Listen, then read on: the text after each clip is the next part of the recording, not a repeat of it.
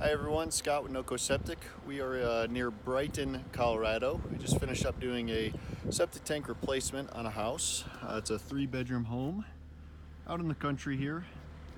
We've got a chambered soil treatment area out there in the pasture. And we've got our new installation is all inspected. Got plenty of fall or slope on the sewer line going out. Risers up to grade. You can see there at the Kubota warming up. Inlet baffle. This is a Infiltrator IM-1060 high density polyethylene septic tank. Kind of see the outskirts of it there. It's a 1,000-gallon tank.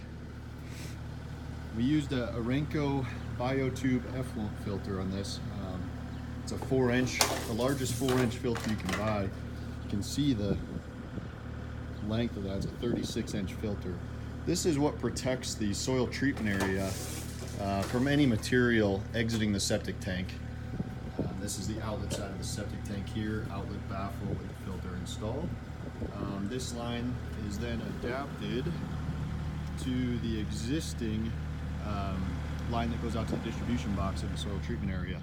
We did have to navigate an electric line here, 3 of them actually, and then the existing septic tank is under here. It was abandoned in place, so the concrete's broken up, but we're going to get this backfilled today, do some final grading, and then get them on their way.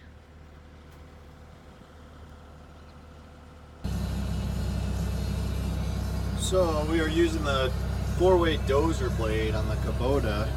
We got the tank almost backfilled. We had a little bit of extra dirt. The pasture here, because of the hoofed animals, they've created some low spots in the chambered trench system. So basically I've stockpiled a little bit of dirt on each trench row that has that lower depression. This is to keep the water out of the trench and actually shed water away from the soil treatment area. So as we go here, let's see if we can make something happen here. We got the dozer blade running. We're angled out just a little bit.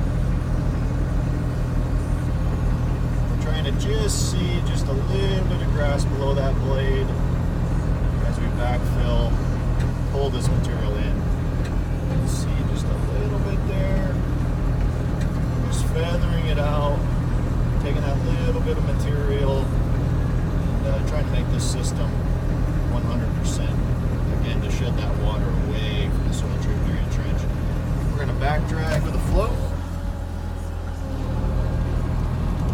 So let's kick it into high range, back dragging. You can see that just leaves a nice cover over that trench row.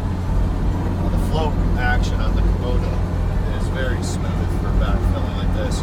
Combine that with the angled blade, you can get yourself a pretty smooth trench. So we are all wrapped up here. Everything is backfilled. You can see we spread out some of the extra material for the client just to protect that leaching chambers, trenches there. Got everything backfilled and we're off to the next one.